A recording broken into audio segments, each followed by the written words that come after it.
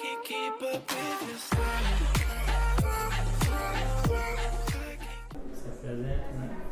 Então, pessoal, boa noite. Eu sou o professor Romério Alves. Professor Gilmar de Química. Gente, seguinte, você que não é aluno aqui do Equação, vá rapidinho lá no site do Equação. Mais tarde vamos comentar algumas questões, uma lista lá especial para vocês, tudo bem? Professor Romério, boa noite, meu querido. Boa noite. Tudo bem? Tá faltando o professor Jonas, né? Ele disse que é o trânsito. Vamos esperar o trânsito, vai chegar de boa. Jonas daqui a pouco tá chegando aí para completar a equipe. Meu querido, orgânica, o que você espera em relação à química orgânica lá no Enem? Por favor. Uma temática extremamente importante na prova do dia 10 no Enem é justamente a parte combustível, de biocombustível. Biodiesel, né? Por falar em biocombustível, nós não podemos esquecer de biodiesel. Arjomar, como é que se faz biodiesel? Como é o nome da reação de produção do biodiesel? A famosa transesterificação, né? Transesterificação. Como é que se dá? Como é que se dá a transesterificação? Nós vamos reagir óleo, né? Isso. Com álcool, óleo ou gordura com um álcool. Arjomar, mas seria... Qual meio? Pode ser meio ácido ou básico, mas normalmente é meio básico. Arjomar, eu tenho um óleo, eu tenho uma gordura, pode ser um resto de fritura. Exatamente. Resto de fritura, para reagir com álcool, mas pode ser qualquer álcool? Não pode ser qualquer álcool. Álcool de cadeia pequena. Álcool de cadeia curta. Metanol. Por falar em metanol, Arjomar, temos que lembrar o seguinte: metanol normalmente é extraído a partir da madeira, por isso é chamado de álcool da madeira. Arjomar, o Rômulo costuma dizer que o amor é fogo que arde sem se ver. Quimicamente, Arjomar, eu discordo, viu, do Rômulo, porque na verdade, quem quer fogo que arde sem se ver? É o metanol. Por que o metanol é fogo que arde sem se ver, Arjomar? Justamente porque a sua chama é incolor. E o metanol normalmente é utilizado onde? Combustível de fórmula Indy. Então, pessoal, metanol é chamado de álcool da madeira. Por qual motivo? É extraído da madeira. E sua chama, detalhe, sua chama é incolor. Já o etanol, Arjomar, como se extrai o etanol? Da cana-de-açúcar. Da cana-de-açúcar? Então, assim, pode ser, por exemplo, do arroz, de alguns cereais. Nos Estados Unidos pega do milho, né? Romero, é o seguinte, essas reações com triglicerídeo, olha os fãs ali, essas reações com triglicerídeo, óleo, gordura, você falou do biodiesel, mas comente para os nossos alunos, nossos queridos, um pouquinho do sabão. Entendeu? Fala aí, por favor, um pouquinho para eles. Arjomar, é extremamente interessante fazer esse paralelo. Saponificação com transesterificação. Vamos direto ao ponto. Como é que se faz biodiesel? Só recapitulando, óleo ou gordura com álcool. Mas se eu pegar esse óleo, essa gordura e reagir com a base forte, NaOH ou KOH, vai produzir o quê? Sabão. Quimicamente falando, Arjomar, o que seria um sabão? É um sal orgânico. É um sal orgânico, sal de ácido graxo. Então, galera, olha... Aí, quem tá chegando, desculpa. John tá chegando? Tá chegando, tá aparecendo. Então, olha, óleo ou gordura com base forte dá o quê? Óleo ou gordura com base forte vai dar o quê? Sabão. Óleo ou gordura com álcool de cadeia curta? Um éster, mistura de éster, que é o biodiesel. Tudo bem? Então, mas vamos deixar bem claro para eles agora. Vamos lá. De novo, recapitulando. Vamos lá. Óleo ou gordura com álcool. Óleo ou gordura com álcool dá o quê? Biodiesel. Qual a mistura de éster. Mistura de ésteres. O Enem já cobrou, pediu a função orgânica do biodiesel. Exatamente. Gente, agora, óleo ou gordura com a base forte. Vai dar o quê? Sabão. E o que é um sabão? Sais orgânicos. Sal de ácido graxo. Agora tem um detalhe. Como é o nome da reação de formação do biodiesel? Formação do biodiesel, transesterificação. E o sabão? Formação de sabão vai nos ter o quê? Saponificação. Detalhe, galera. Tem um subproduto em comum, Arjomar, tanto na transesterificação quanto na saponificação, que é o quê? Veja, peraí, antes de falar, vamos dar a pausa. Já estão falando, já? Não sei se vocês estão falando aqui. Eu soube o seguinte, que esse subproduto é muito utilizado na parte de cosméticos, hidratante. Que produto é esse, Romero? O produto é o glicerol, cujo nome oficial é o Propan 1,2,3 triol. Ó, triol. Ah, Romero, entendi. Então, como ele tem 3 OH, as ligações de hidrogênio, vai fazer com hidrogênio com o vapor d'água e vai manter a pele úmida. Por isso que ele recebe o nome na indústria de cosméticos de quê? Umectante. Então, galera, o glicerol, Propan 1,2,3 triol, o Propan 1,2,3 triol é usado na indústria de cosméticos como umectante por qual motivo? Faz pontes de hidrogênio com vapor d'água. Tranquilo? O Elias está aí perguntando se o bário 2+, é base forte. É base da família 2A, o bário. Entendeu? Tem a seção lá do berílio e do magnésio. Então, tranquilo. Professor John. Palmas pro John, né? Chegando. Vamos lá, John. Aí, por favor. Se apresente, por favor, John. Por favor, John. Como eu tô saindo aí? Nada, tranquilo. Entra aí. Se acomode aí, mestre. Travou, acho que caiu a live. Não, pode soltar. Queridos, o professor John está chegando aqui conosco. Bacana, vamos lembrar. Quem não é aqui do Equação Certa, o O que aluno faz? Vai lá no site, baixa nossa lista com super dicas para o Enem, dia 10, Enem Natureza. Beleza? Queridos, é o seguinte, vamos falar um pouquinho aqui da fisicoquímica. O professor Romero falou um pouquinho aqui das reações principais aí envolvendo o triglicerídeo. Na fisicoquímica, Romero, o Enem parece que não tem muito mistério, né? Todo ano vem aquela questão de equilíbrio, aí tem que tomar cuidado se aquela questão de equilíbrio é relacionada a deslocamento, se é hidrossalina. Vamos fazer o seguinte, vamos fazer um bate-bola de deslocamento? Vamos podendo falar aqui um pouquinho, né, Johnny, sobre um pouquinho de deslocamento. Deslocamento de equilíbrio aqui, falar aqui um pouquinho. E aí, gostou da água? Vai de boa? Tá legal aí, tá? Beleza? John, lembre aqui para os nossos colegas, aqueles 3 fatores que eles provocam aí o deslocamento do equilíbrio dos nossos colegas aí.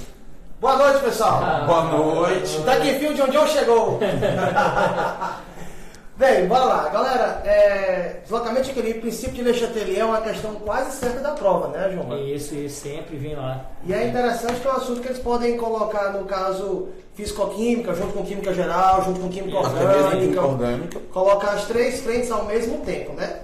E desses 3, os tópicos que mais caem primeiro, a adição de substância, desloca o equilíbrio, no caso, para o lado contrário à substância. A retirada de substância, desloca o equilíbrio para o mesmo lado. Mas também já caiu o fato da estalactite e da estalagmite, que envolve, no caso, temperatura. O aumento de temperatura para o lado endo e a diminuição para o lado exotérmico. E o outro fator, pressão. Gases, que influencia gás, né? Detalhe, somente para sistemas gasosos onde haja variação de volume. Variação de volume. E se aumentar a pressão, John, o que acontece? Se aumenta a pressão, o equilíbrio se desloca no sentido de menor volume gasoso. Menor volume. E se eu diminuir a pressão, John? Se diminuir a pressão, o equilíbrio vai para o sentido de maior volume gasoso. Tinha um professor que falava assim, diminuiu a pressão, aumentou a pressão, diminuiu o volume. Diminuiu a pressão, aumentou o volume. Queridos, agora alguns cuidados são necessários. Por exemplo, adição, retirada, mas se for sólido, cuidado, o sólido não vai alterar aí o deslocamento do equilíbrio. E o John falou sobre algumas situações, tem a questão da hidroxiapatita, entre outros. Às vezes a reação aparece os íons hidrônio, o H+, a acidez, e aparece o H-. Então vamos lembrar, por exemplo, se eu tenho um OH- no equilíbrio e adicionar um ácido, o ácido vai retirar esse é o H-. Uma vez que H+, tem propriedade antagônica ao H-. H+, vai consumir o H-. Aí H+, consumindo o H-, o que vai acontecer? Aí vai estar retirando e vem para o mesmo lado. Tudo bem? Às vezes ele coloca assim, diminuição do pH. Do pH, adicionou H+. Não tem H+, mas tem o H-. Aí, cuidado também, gente, quando vem a parte hidrossalina. Às vezes adiciona um sal e na equação não tem nenhum íon daquele sal, mas a solução daquele sal pode gerar um meio ácido ou meio básico. Julião, aqui eu queria comentar aqui com você rapidão, já que está falando em ácido, base, substância, e as funções inorgânicas, Julião. A parte de estequiometria, o que você está esperando aí? Bem, você é um intermediador. Tá sendo esse cara. Galera, é assim, cálculo estequiométrico, os alunos geralmente fogem de cálculo estequiométrico, né? Não vou aprender isso. Cara, mas é uma questão certa de prova. John, qual é a sequência? John, como é que eu resolvo uma questão de estequiometria? Qual é a sequência para resolver a questão? Que são os 5 passos da felicidade. 5 passos da felicidade? É os 5 passos da felicidade. Por favor, você vai fazer amor depois, pra você ser feliz. Fala, vai fazer o quê? Amor. Explique. Vamos lá. Primeira coisa, balancear a equação. Né? Segundo passo, verificar a proporção entre os reagentes envolvidos. A equação pode ter 20 substâncias, mas na hora da pergunta só vai envolver 2. Um que ele vai dar os dados, outro que ele vai fazer a pergunta. Certo? E qual é a linguagem, John, na química? Primeiro passo, balancear. Segundo passo, verificar a proporção entre os reagentes através do número de mols. Mols. John, mas se quiser, como é que eu relaciono mol com massa? Aí vamos lá, calma, devagar. Vamos lá. Terceiro passo, faça a pergunta. Pessoal que pergunta? A pergunta da questão. Quando tiver 50 gramas no cálcio, tem quantos mols lá no oxigênio? É assim. O quarto passo, Romero, é onde a galera mais erra, que é exatamente o passo das unidades de medida. Certo. Onde o pessoal mais erra. O que você faz? Quando você monta a regra de 3, na pergunta você vê, se ele te der a unidade em massa, em cima tem que estar em massa. Se ele te der em volume, em cima tem que estar em volume. Se te der em moléculas, em cima tem que estar em moléculas. Aí o cara tem que lembrar, 1 mol vale a massa molar. 1 mol vale quantas moléculas? 6,02 vezes 10 a 23. Mas se não for molécula, for átomos, for íons, for fótons, qualquer unidade elementar, usamos o quê? A constante de... Que é quanto, Ajomar? 6,02 vezes 10 a 23. Mas nem podemos aproximar, a maioria das vezes aproxima-se. Aproxima, deixa que é 0,2 de lado, né? Tem que tomar muito cuidado. E se for o volume na CNTP? Aí, 22,4. Ah, outra multa. E se não tiver na CNTP? A saída é PVNT. PVNT. Por você, nunca receita. Já vai passar? Se não tiver na CNTP, é PVNT. Se não tiver na CNTP, é PVNT. Vocês viram, né? Que tem que aguentar. É brincadeira. Não, mas coração, é fã. Romero, diga aí. Já que nós estamos falando aqui nessa toda a parte de aí, geral, físico-química e tal, vem aqui, eu digo, caramba, o aluno hoje está dizendo, professor, lá na live, você vai falar um pouquinho de interações intermoleculares. Exatamente. Não, perfeito. O professor Romero, o professor John, naquela parte geral, orgânica, vão interagir bem com vocês sobre isso. Por favor, vamos conversar um pouco sobre isso. E físico-química também. Físico-química. É que esse aluno ele parece que é fãzaço de vocês. Digo, fala para os meninos falar sobre isso. Eu vou conversar com eles. Não, por exemplo, não tem como. O cara vai ter que interligar as 3. Isso, as 3. Eu fiz uma questão hoje que ele colocava 4 compostos aromáticos. E aí ele perguntava na letra A, o composto é ortoparadirigente, metaparadirigente. Qual dos compostos tem a maior pressão de vapor? Aí já vem para físico-química, vamos lembrar, gente. Quem é que apresenta a maior pressão de vapor? Quem tiver a menor temperatura de ebulição. Lembre, temperatura de ebulição e pressão de vapor são inversos. Quanto maior temperatura de ebulição, menor pressão de vapor, tudo bem? Então aí na orgânica, quando vai vir um álcool, vai vir uma acetona, o professor Romero vai explicar aqui para vocês quem tem maior temperatura de ebulição. Aí tem que lembrar, quem tem maior temperatura de ebulição vai ter menor pressão de vapor. Já lá na físico-química, se eu adicionar um sal em água, o que acontece com a evaporação? Diminui a evaporação, volatilidade, pressão de vapor. Com isso a temperatura de ebulição aumenta. Romero, veja. Então, se eu tenho um álcool com 4 carbonos, certo, e tem uma acetona com 4 carbonos, quem teria a maior temperatura de ebulição? Explique para os nossos queridos. Pessoal, em se tratando de comparar a temperatura de ebulição, qual é o primeiro critério que você vai perceber? Você vai verificar o tipo de ligação química. O tipo de ligação química. Lembrando que composto com ligação iônica tem maior ponto de ebulição do que compostos com ligação covalente. Se tivermos só compostos orgânicos, vamos ter só compostos com ligação covalente. Empatou o tipo de ligação. Tanto álcool quanto acetona são compostos com ligação covalente. Aí eu vou ao próximo critério. Qual é o critério? tipo de interação intermolecular. Tiver hidrogênio ligado ao FON, ou seja, átomos fortemente eletronegativos, como é o caso álcool, vai formar uma interação de que tipo? Ponte de hidrogênio. Até John, o Matheus, desculpe, o Matheus está perguntando aí para a gente lembrar da interação. Estamos falando sobre isso, Matheus. John, qual é a sequência de forças intermoleculares? Da mais fraca para mais forte? Ó, falou do H-FON, né? Isso. O pessoal diz que eu fico com molecagem, mas não tem jeito. Por favor. Ó, se tem OH, vai ser polar. Ou se tem NH, vai ser polar. É ponte de HHH, é ponte de HHH, é ponte de HHH. Não tem erro. Show. Então, se H Tudo vira é o assim, quê? Ponte de... H. Ei, John, Tudo vira cara, assim, cara, iPhone, É, cara. isso aqui é o pagamento da live da equação certa. O iPhone Red. Calma, o teu vai chegar. Vai O teu vai chegar. Esse é o pagamento da live da equação certa. Vai ser sorteado aqui para um de nós três aqui. Sorteado nada, meu amigo.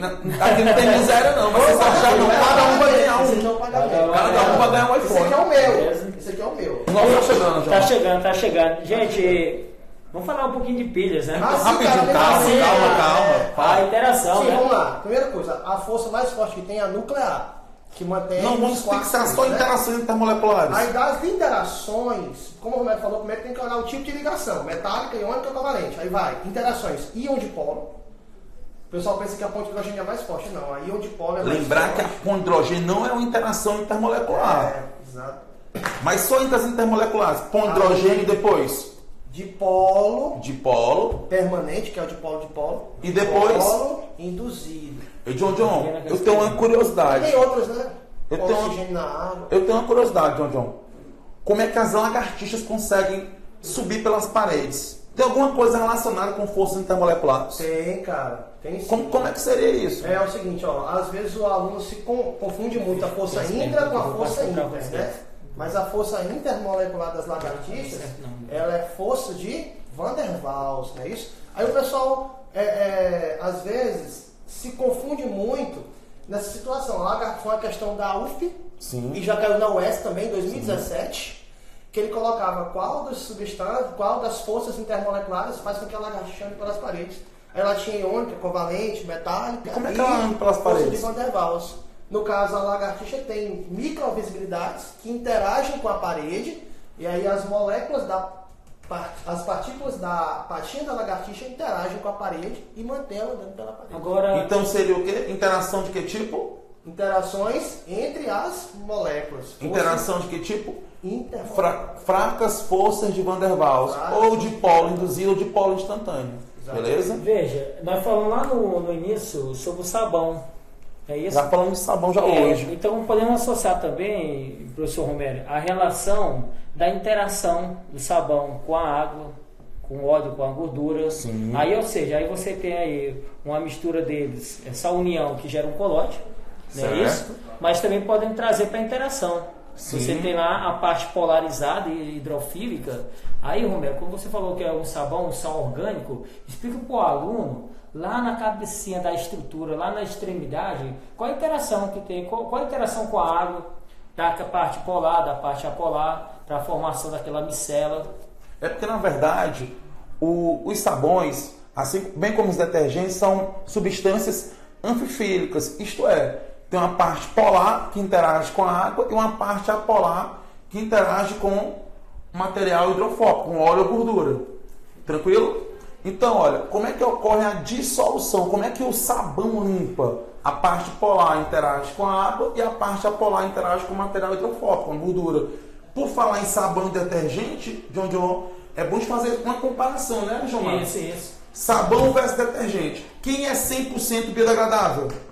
Sabão, né? Sabão versus detergente. Quem é 100% biodegradável? O sabão. Você pega o sabão, a cadeia carbônica, ela é toda o quê? Linear. Sem ramificação, sem nada. Vamos lembrar que o ano passado o Enem caiu pedindo um tensor ativo e dizia que não era biodegradável. Só que o caso do Enem foi legal, porque ele disse que tinha carbono terciário, né? Se tem carbono terciário, é uma cadeia o quê? Ramificada, não biodegradável, né? Então, olha, sabão versus detergente. Fazendo um paralelo, quem é 100% biodegradável? O sabão. Que tipo de detergente é parcialmente, porque não tem nenhum detergente 100% biodegradável. Que tipo de detergente é parcialmente biodegradável? O que tem uma área de contato maior, o de cadeia normal. Aí vamos fazer um paralelo. Água dura, John. Quem tem problema com água dura? Água rica em íons cálcio e magnésio, né? Água rica em cálcio e magnésio. Quem tem problema com água dura? Sabão ou detergente? O que acontece? Aí vai entrar outra música, mas depois... Então é música de novo? Não, é o seguinte, quando o cálcio CD aqui magnésio, no final. ele gera, no caso, sais de baixa solubilidade, né? Praticamente mas insolúveis, se for sódio, que lá no sabão geralmente usa sódio. É substituir o magnésio. É extremamente solúvel. Quando entra o cálcio e o magnésio, aí gera, no caso, a água dura, precipitação do sabão. Isso. Então, gente, veja, ó. Então lá no sabão nós temos na extremidade o sódio. Certo. Aí, água dura, aí vem lá o magnésio, vem lá o cálcio, a substituição. Então, no lugar do sódio, vem o cálcio, o magnésio, você vai formar sais praticamente insolúveis. Sabe como é que é legal? Às vezes a pessoa fica perguntando química, mas a água dura, às vezes a gente tem um chuveiro da nossa casa, né? Aí forma fica todo crostas, né? Fica todo entupido. Né? Eu tenho um exemplo diferente assim. Vivi muito lá em Oeiras, a minha avó que não está mais conosco, era botando para lavar roupa. Eu achava que estava sendo explorado. Mas na verdade não, a gente estava aprendendo. Aí lavava a roupa no final, João e Romero. No final, quando terminava que secava a água ali na pia, aí ficava os sólidos em branco. O que é isso? Aí depois de muito tempo é que eu vim entender que eram os sais formados aí da água dura com o sabão. Sabe como é que faz para poder desentupir lá o chuveiro? Sim. Nesse caso, você desenrosca o chuveiro e mergulha dentro do vinagre. O que vai acontecer? Os acetatos são todos solúveis. Show de bola. Gente, queridos, já foram lá na internet, todo mundo lá no site da Equação, baixar a lista. Nós vamos começar a falar um pouquinho sobre essa lista. Já comentamos aqui sobre fisicoquímica geral. Falta o John falar pra gente o que ele está esperando da química geral no Enem. Já falamos aqui a expectativa de fisicoquímica e de orgânica. Os queridos querem ouvir você, John, sobre isso. Muito bem, pessoal. O que eu estou esperando de química geral? Eu espero que estatisticamente a prova sempre aborda cálculo estequiométrico, é uma questão que não falha. Eu espero uma questão sobre ligações, principalmente a parte de forças intermoleculares. Espero uma questão de funções inorgânicas, a parte de óxidos, calagem, chuva ácida. Poluentes, né? No sentido geral. Espero uma questão de tabela periódica. Tabela periódica é o ano, né? É o ano da tabela periódica, né? Você percebe que das grandes áreas do Enem, a área que está mais ligada à parte atual, a parte de alta tecnologia, é a parte de natureza, né? Eles cobram sempre isso. E espero uma questão da parte introdutória de química. Qual é a parte introdutória de química? Aquela parte ali de mudança de fase, fusão, ebulição, sistema homogêneo, heterogêneo, absorção de calor na mudança de fase, separação de misturas, essa parte introdutória, aquela parte inicial. Aquela parte envolvendo substância e mistura, matéria como todas as características. Então, né? Se eu tivesse que botar de química geral os 5 conteúdos que eu colocaria, com certeza absoluta seria esse. Eu espero isso. E vocês vão estar dizendo na segunda-feira, rapaz, que o Jojo é filho de uma égua mesmo. Acertou, miserável! Acertou, miserável! Tem um detalhe, né, Jojo? Por falar em separação e mistura, pessoal, uma técnica que deve ser cobrada dia 10 é justamente a técnica chamada cromatografia. Pessoal, lembre-se, cromatografia é uma técnica qualitativa e quantitativa. Ela serve tanto para identificar, saber o que tem, quanto saber quanto que tem de um participante. Inclusive, qual seria a aplicação de cromatografia? Cromatografia ajuda a elucidar, ajuda a montar um quebra-cabeça para elucidar um crime. Toda perícia tem um cromatógrafo. Então, cuidado, pessoal. Cromatografia é uma técnica qualitativa e quantitativa. Sabe-se o que tem e quanto que tem. Vamos começar? Vamos falar a lista, né? Vamos fazer a lista. Querido, é o seguinte. Quem já está com a lista de apostos, acredito que a maioria já deve ter respondido ela. Vamos estar tirando as dúvidas, falar diretamente, né, sobre o assunto, para tirar todas as dúvidas. Mande suas dúvidas sobre a lista, quem já baixou a lista. Se você quiser que comentamos qualquer outro tema, já falamos aqui sobre vários temas, outros que não falamos ainda, que vamos falar aqui na lista de exercícios. Vamos lá, questão 1? Vamos lá, professor. Pessoal, a questão 1 foi o início da nossa live. Ela fala sobre biodiesel. Qual é o comando da questão? Fala o seguinte: considerando o exposto, pode-se concluir que o biodiesel... Pessoal, qual é a grande vantagem do biodiesel em relação ao diesel? É justamente o fato do biodiesel não possuir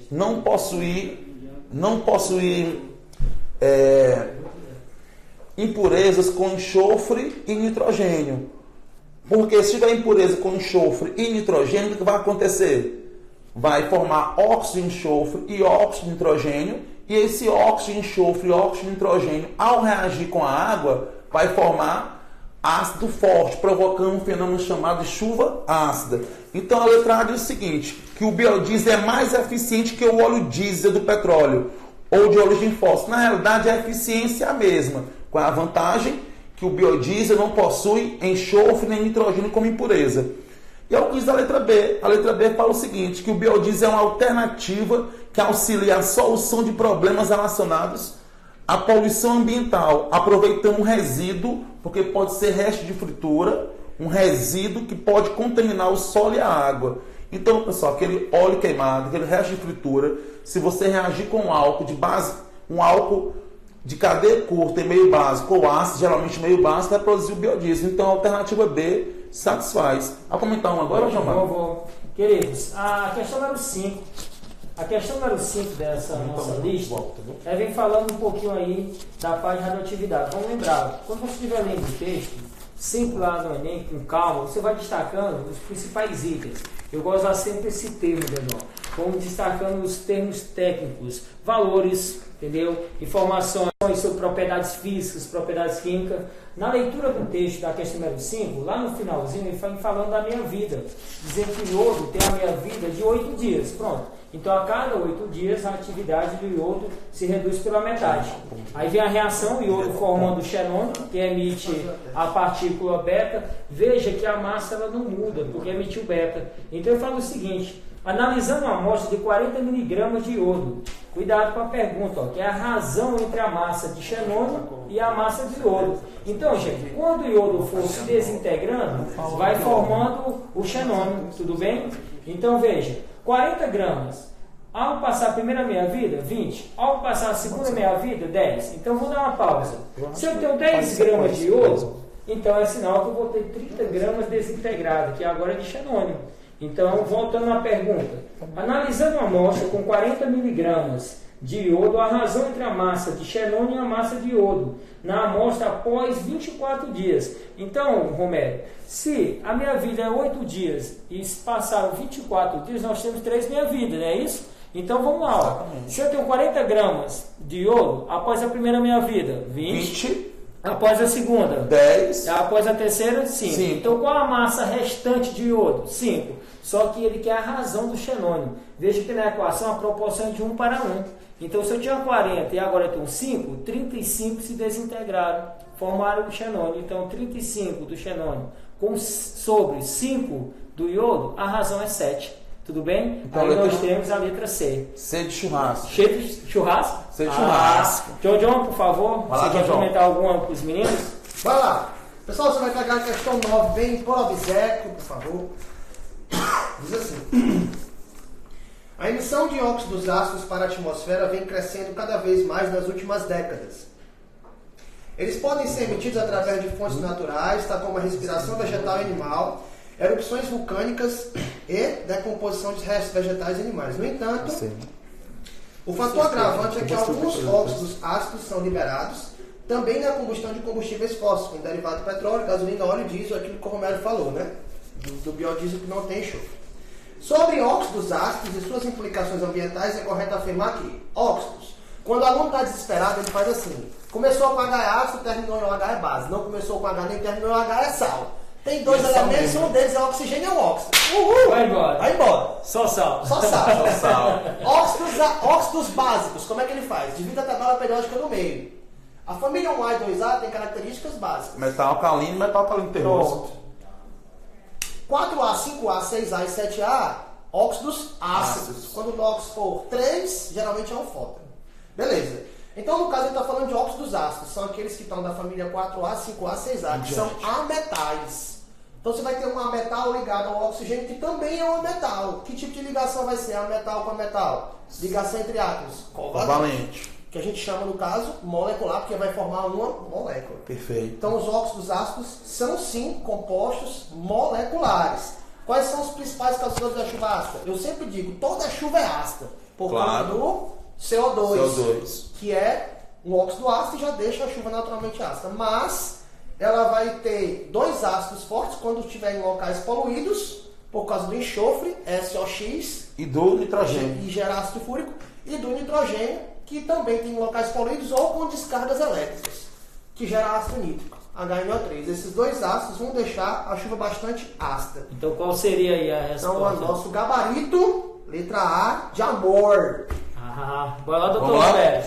Vamos comentar agora, galera, a questão de número 2. A questão de número 2 fala de uma temática que já trabalhamos hoje, que é justamente saponificação. Pessoal, lembre, como é que se faz artesanalmente o sabão? Óleo ou gordura? Mas, professor, bater um óleo ou gordura pode ser uma banha de porco, sebo de bode. Pega uma banha de porco com cinzas. Banho de porco com cinzas vai dar o quê? Sabão. Então, se perguntar no Enem, como se faz artesanalmente sabão, sebo de bode, banho de porco. Lá na minha terra é banho de porco. Aí joga o quê? Cinzas. Cinza, água de cinza, tem muito potássio. Exatamente. Então ele pergunta o seguinte, na questão número 2. Nessa reação conhecida como reação de saponificação, forma-se também um subproduto. Já falamos hoje, que é o humectante no início da nossa live. Que é o subproduto na formação do sabão. O famoso glicerol.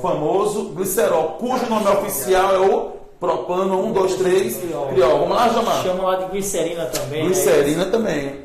Queridos, então, vamos para a questão de número 6. A questão número 6, a questão número 8, são questões relacionadas ao tratamento de água. Só que a questão número 6, que eu vou comentar com vocês, a número 8 é o professor Don John, a número 6 vamos falar um pouquinho também de hidrossalina. Sim. Então, relacionar tudo ao mesmo tempo. Então, a questão me falando um textozinho bacana sobre a parte de tratamento de água, e lá no final vem assim a pergunta. Na etapa inicial do tratamento é adicionada água coagulantes, sulfato de alumínio. Com isso, será necessária a adição do óxido de cálcio. Queridos, vamos lembrar o seguinte, ao adicionar o sulfato de alumínio, vamos lembrar que o alumínio é oriundo de uma base fraca. Já o sulfato vem de um ácido forte. Olha o que acontece. Ao jogar o sulfato de alumínio em água, vou gerar um meio ácido. Se eu vou gerar um meio ácido, necessita a correção do pH. Perfeito. Professor, e as outras etapas do tratamento da água? O John vai conversar com vocês daqui a pouco, tudo bem? Então, quando eu jogo o sulfato de alumínio, o alumínio provoca a formação do hidróxido de alumínio, floculação, o John vai falar com vocês, só que o sulfato vem de um ácido forte. Com isso, a água fica excessivamente ácida. Há necessidade de correção. Cálcio, óxido de cálcio, carbonato de cálcio. Então, observe a questão número 6, a letra D. Correção do pH, tendo uma ação do coagulante mais efetiva. Tudo bem, queridos? John, por favor, comente a questão número 8 com eles. Questão número 8, eu vou pegar o gancho aqui que a Jomar fez. Perfeito. A gente vai passando rapidinho aqui pelas etapas, né? Para ganhar tempo. Vamos lá. A primeira água entra na época, passa por etapa de floculação, sulfato de alumínio, mais algo básico para aglomerar a sujeira. Forma o coágulo, o floco, que é um coloide. Essa floculação tem a ideia de aglomerar a sujeira para que ela possa se decantar. Mas é já em outro tanque, chamado tanque de decantação. Ao tanque de decantação, a sujeira tende a sedimentar e essa sujeira é bombeada para a ET, Estação de Tratamento de Esgoto. Lá na estação de tratamento de esgoto, o lodo vai sofrer um processo de fermentação que vai gerar dois subprodutos muito importantes, o biogás e NPK, nitrogênio, fósforo e potássio, que é adubo. Da decantação, ela vai para um tanque chamado tanque de filtração. No tanque de filtração, a função do filtro é reter sólido, certo? Beleza? Mas lá no filtro, também tem uma etapa muito importante. Geralmente, não é sempre, geralmente, no filtro tem carvão ativo. Função do carvão ativo: adsorver moléculas orgânicas tóxicas e retirar o odor da água. também pode dar gosto à água. Então, a questão de absorver moléculas orgânicas tóxicas ou retirar o odor, minha mãe faz muito o quê? Na época da Semana Santa, enche a geladeira de peixe. Para tirar o cheiro de peixe, o que ela faz? Carvão triturado dentro da geladeira. John, desculpe. Uma pergunta aqui, né? Então, fazer uma pergunta aqui para você. Floculação e flotação. A diferença de floculação e flotação. Tá, bora lá. A floculação é jogar o produto em si. Quando você joga o produto sulfato de alumínio em meio básico, vai ocorrer floculação / coagulação. Tem uma diferençazinha, mas agora não dá para explicar. Então, depois que o produto aglomera, cada 5 gramas de sulfato de alumínio consegue aglomerar 2 gramas de barro. A água do Rio Parnaíba é muito turva. Então, se joga o sulfato de alumínio para ele aglomerar a sujeira, cria um coágulo, um flocozinho. Aí isso é floculação, o processo de criar o floco. Esperar o floco, aí do tanque de floculação, a água vai para o tanque de decantação. No tanque de decantação, você vai deixar a água em repouso, e aí a sujeira vai sedimentar, ou no caso, flotar. Existe uma diferença bem crucial entre flotação e flutuação. Porque flutuação, você coloca um líquido de densidade intermediária para um descer e outro subir. A flotação, ela obrigatoriamente tem que ter uma floculação antes, que é para aglomerar a sujeira. Aí o que acontece? Mais denso. O mais denso tende a sedimentar, sedimentação, e o menos denso tende a flutuar. Só a última etapa da estação de tratamento de água, cloração, né? Adição de cloro para matar germes ou bactérias. Na Europa pode-se usar ozônio ou luz ultravioleta para produzir ozônio. Os 3 são fortes agentes oxidantes. Tem 2 etapas que não são obrigatórias. A fluoretação, que é a proteção dos dentes, sim, e a correção do pH. Por sua correção do pH, no início, que foi a questão que a Jomar fez, ele é obrigatória. Mas no final tem que fazer análise. Mas no final tem que fazer análise. Se a água tiver com pH normal, não precisa corrigir. Perfeito. Mas se tiver muito ácido, pode corroer o cano. Então podemos corrigir o pH. E se tiver muito básico, cria uma crosta no cano. Aí o cano entope. Aí tem que novamente corrigir o pH. Então, vendo o nosso gabarito da questão número 8, o gabarito é a letra A. Só um detalhe, na letra B, muita gente marca a letra B, mas a letra B no finalzinho dela. A estação de tratamento de água, a água passa por várias etapas, ficando a água livre de todas as impurezas. Não. Água pura, só água destilada. Na ETA tu colocou cálcio, colocou sulfato, flúor, cloro, um bocado de coisa. É água potável, é uma mistura homogênea.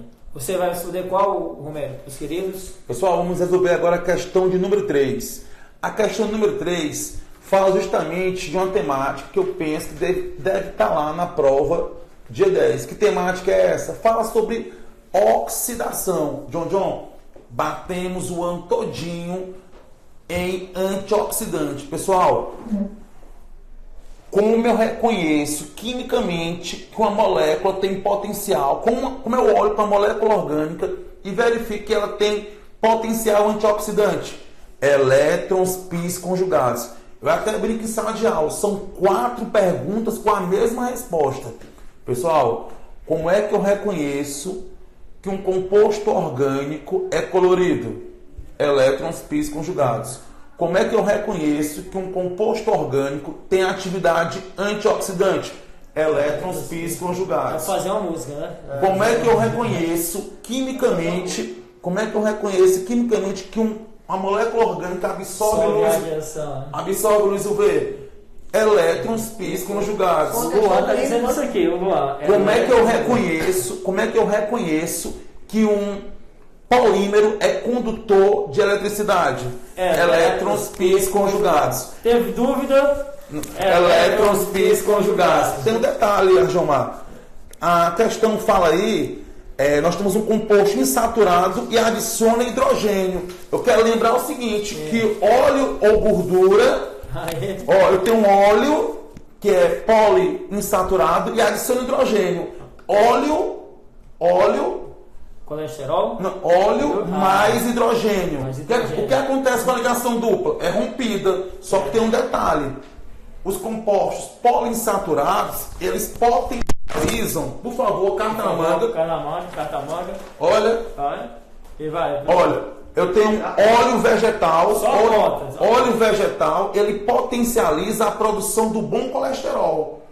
Quem é o bom colesterol, John? O bom colesterol, quem é? HDL. John, tem um detalhe. HDL, ó. HDL significa o quê? Vai. Hoje Deus livra. Aí. HDL, hoje Deus livra. Quando adiciona hidrogênio, o que acontece?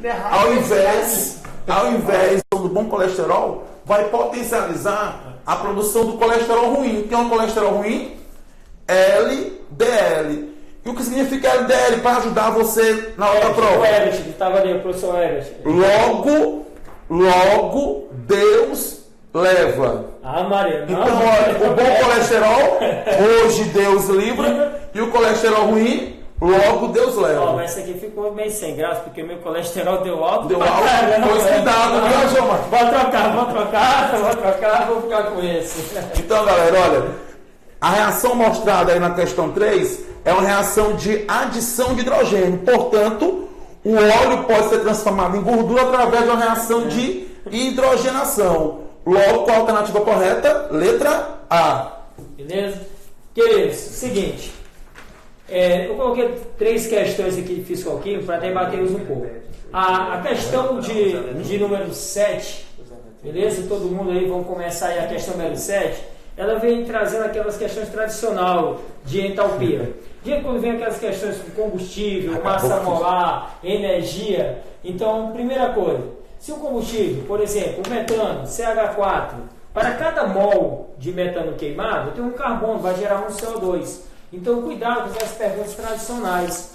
Por exemplo, quem libera mais energia, ou pela mesma massa queimada, ou por mol de CO2 emitido. Vamos lembrar que a combustão completa, excesso de oxigênio, vai gerar CO2. Se é incompleta, pode gerar fuligem, pode gerar aí um monóxido de carbono. Tudo bem? Então, observe que a questão número 7 vem trazendo uma tabela com 4 combustíveis: metano, etanol, butano e octano. Vem a massa molar respectiva de cada um e a entalpia de combustão. Queridos, a massa molar é a massa de um mol, já a entalpia é a energia liberada para cada mol. Então vamos lá para a questão. Em relação à combustão completa, veja que lá na letra C vem assim: o gás butano emite a maior quantidade de monóxido de carbono. Ele falou que é completa. Se é completa, é dióxido de carbono. Perfeito. Então, a letra C você vai nem perder tempo com ela.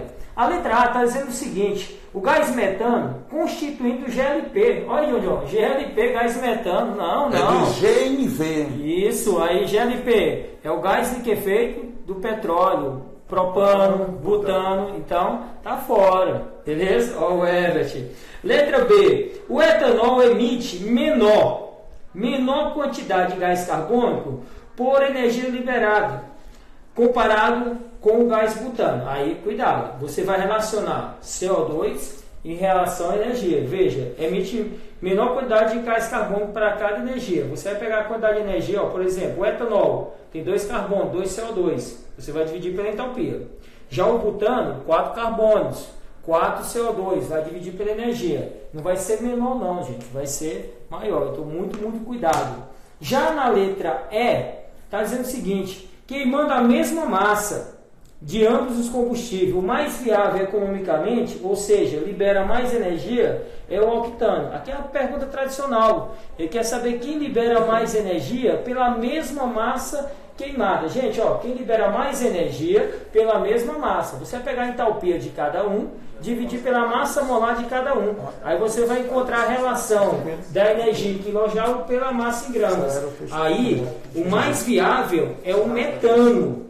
Quando você dividir a entalpia de cada combustível pela massa molar de cada combustível, o mais viável é o metano. Então a questão número 7 é a letra D. Olha a letra D de dado, está dizendo o seguinte: o gás octano, representativo da gasolina, emite maior quantidade do gás estufa por grama. Ele está dizendo, gente, que o octano vai emitir maior quantidade de CO2 por grama, ó, CO2 por grama. Você vai pegar a quantidade de CO2 de cada um. Metano, 1 CO2.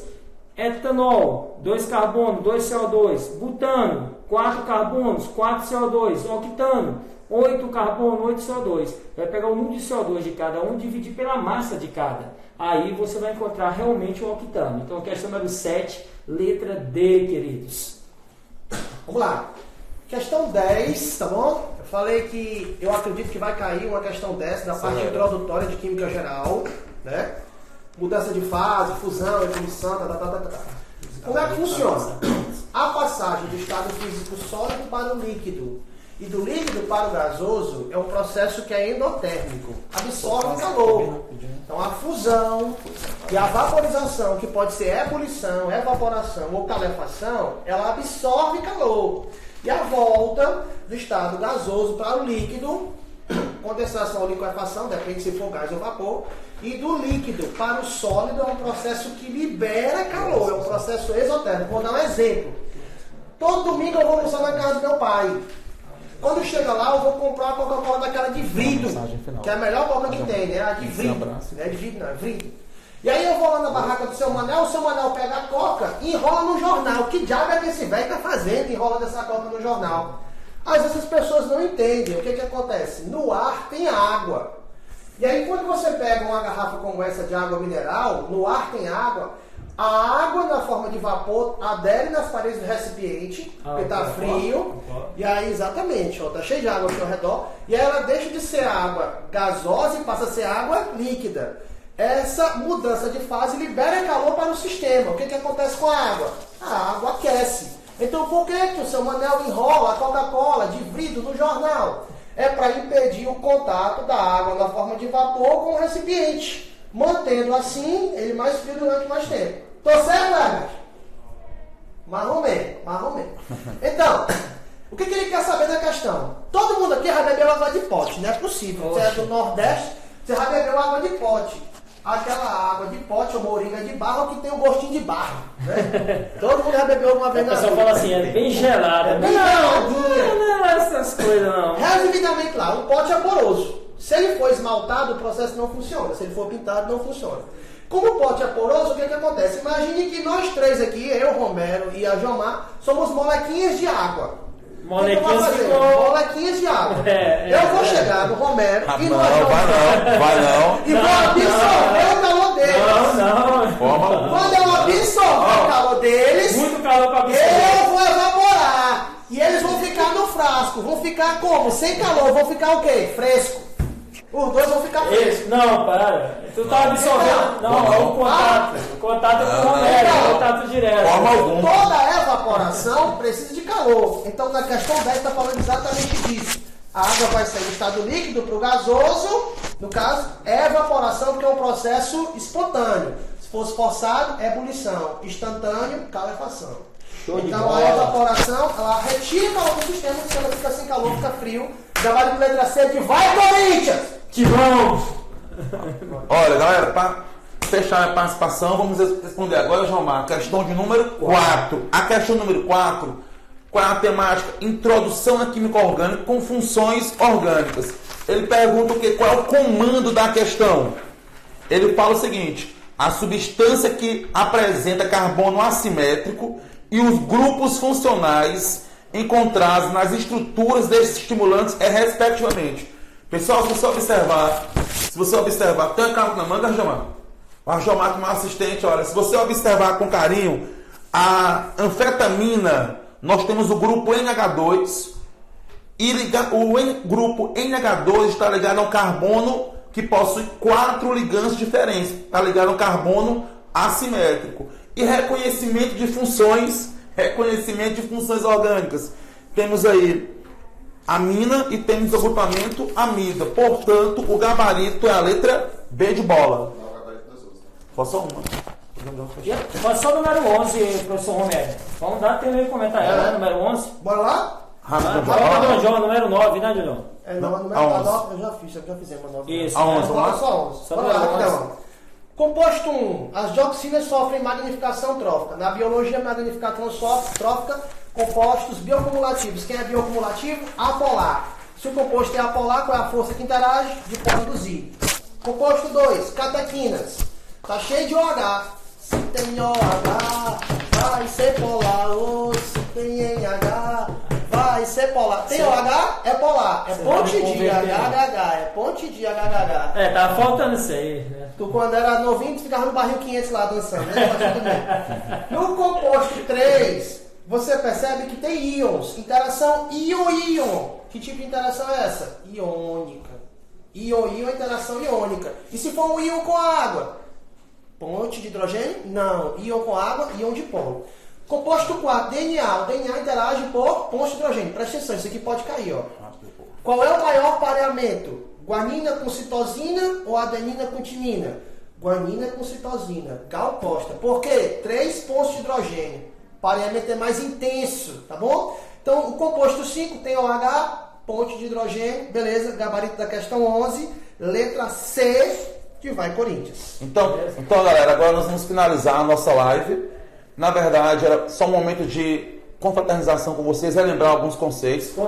Descontração também. A Jomar, sua mensagem final, vamos lá? Gente, desejo a todos, equalindos, alunos de outras escolas que estão nos acompanhando aqui, uma boa prova no vestibular, faça com tranquilidade. Estamos sempre à disposição, a equação certa nos seus corações, tudo bem? Então, poxa, o que é? Filma eu. Então, gente, felicidade, boa prova, foi um prazer enorme mesmo estar aqui se divertindo. A gente está se divertindo aqui para trazer as melhores dicas de química para vocês. John. Vamos lá, John. Pessoal, desejar uma boa prova para você.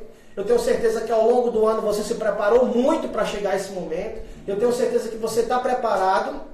Então chega na prova e arrebenta. É o seu dia, é o dia da sua vitória. Vai dar tudo certo. Como eu sempre falo nas minhas aulas, que no dia da prova você possa ter um dia abençoado, um dia extremamente próspero, que tudo o que você toque seja próspero e que o 40 de 45 venha, em nome de Jesus. Então, pessoal, a equipe de Química deseja a todos uma ótima prova. Com certeza vocês estão bem preparados, porque a preparação aqui foi de excelência. Beijo no coração e até mais. Valeu!